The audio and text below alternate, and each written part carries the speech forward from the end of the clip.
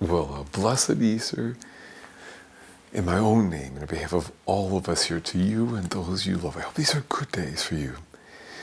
My goodness, what a week. We had the most moving and I think important and powerful, lovely, Holy Thursday washing of feet. If you've not seen it, if you go to our Facebook page, if you have it, you can watch my short homily and then see that. If you don't have that, you can go to our webpage. And there you'll also find the Good Friday Stations of the Cross that I wrote. For Easter, we live stream both the Easter Vigil, which includes the lighting and passing of the Easter fire and the baptism of our newest members. What a night. And the 9:30 Easter Sunday Mass. And whatever God draws you toward, thanks for joining us. I don't know what these days are like for you. I hope they are filled with life and hope and peace. I know that many have an extra tinge of sadness these days, either globally or personally. Who doesn't, how do I not have in my heart my sadness for the people of Gaza or Ukraine or Israel, Sudan, Haiti. And so many people have like an empty place at table or some other loss, but I hope you find kind of a renewed hope in these days and that you know that love is there. And I'm pretty excited about this homily, which on some level I hope offers a message as well for all those who are that way. I think the visuals will help them kind of think that'll be good. But I think the message matters. And in any case, again, thanks for joining. Blessed Easter.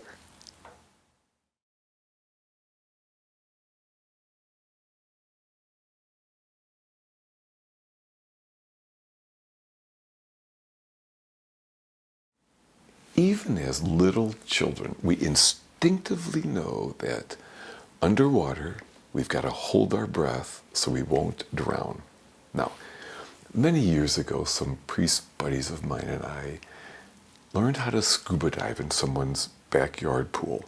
Now, the wonder of scuba diving is that it provides a way for us to breathe underwater.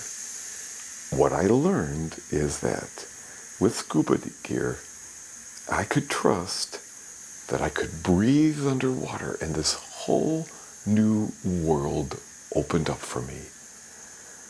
Now, I've always been drawn to the beauty of creation.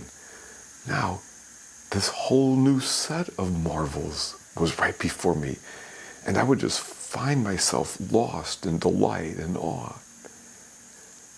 But I also had to learn to be careful. Early in my training, when I was not yet certified and was not being careful, we'd gotten off course, and now we're about 50 feet underwater, and we're heading back towards our boat. And I saw this beautiful shell kind of tangled up in some seaweed. I wanted a closer look, but it was very fragile, and I took a while to move a little bit of the seaweed away so I could get a good look.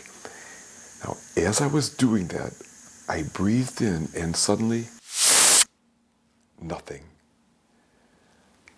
I had not been monitoring my gauge and was completely out of air. I looked around and saw that the others were gone. It was one of the worst feelings of my entire life. I had no air. And of course, I could not breathe underwater now. I did not know where I was or where the others had gone, but I knew I had to get to the surface. Now, my emergency training was to not ascend too quickly, for that too could kill me. So slowly, yearning desperately for air, I made my way to the surface. And finally, when I thought I couldn't make it any longer, I broke through and breathed in like I had never had a breath before in my entire life. Life is like that for all of us sometimes. Oh, we have our days of moving along just fine, taking in the mixture and messes of our daily lives. But often we don't check our gauges. And without realizing it, and in different ways, I'll suggest 3 different ways, our souls are running out of air and we could die. 1, daily we breathe in suggestions, attitudes, values that are given to us that pretend to be air, but which aren't. They're more like breathing in water. You know, the ads that tell us that what really matters, or what would make us happy, is how we look, or how much fun we have, or what kind of stuff or money we have. Or, in many different ways, we're told it's okay to, or maybe even encouraged, that we would hate people, vilify individuals or groups, dehumanize them, or that what matters is just like looking out for number 1, you know, our own power, pleasure, prestige. My friends, there is no air in any of that. It's like breathing underwater without scuba gear. It will kill us. Secondly, sometimes it feels like others are cutting off our air. You know, when people treat us poorly because of how we look, shame us or abandon us because of the color of our skin, our orientation, our disabilities, or for any reason, it feels as if they are choking off our air supply and we can't breathe. Or 3, sometimes the struggles and tragedies that life throws at us seem to sweep over us like waves and drag us underwater. You know, we lose ones we love to separation or death. We have to let go of so much that we cherish, and we struggle desperately to keep our heads above water, but we feel like we're going to drown in our losses. What Easter tells us is that no matter the circumstances of our lives, you and I can take a resurrection breath and breathe underwater.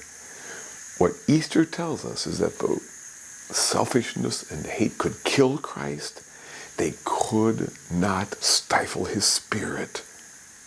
And that no matter where we are or what the circumstances of our lives, we can always take in a resurrection breath and breathe in the risen Christ. We can learn to breathe underwater. Now, I know, of course, that a resurrection breath doesn't suddenly make everything okay, but it does allow us to breathe in a power that's greater than just ourselves. It allows us to breathe in life when it feels that we are underwater. Whatever our life is like at any given moment, we find that there is life-giving air there for us to breathe. That's the power of Easter. Now, our Easter scriptures, they never prove that Jesus was raised from the dead. Instead, they offer us countless examples of women, men, and children who have taken resurrection breaths and whose lives are changed forever. Personally, I've been blessed to see that myself in so many ways. One of my deepest joys is watching you who, 1, work to remember what truly matters in life, and who breathe in values that last, and then who share your air with others. 2, you who remain true when others try to cut off your air by their meanness or cruelty. Yet you somehow manage to continue to breathe love into this world. It's not easy, I know, but you do it.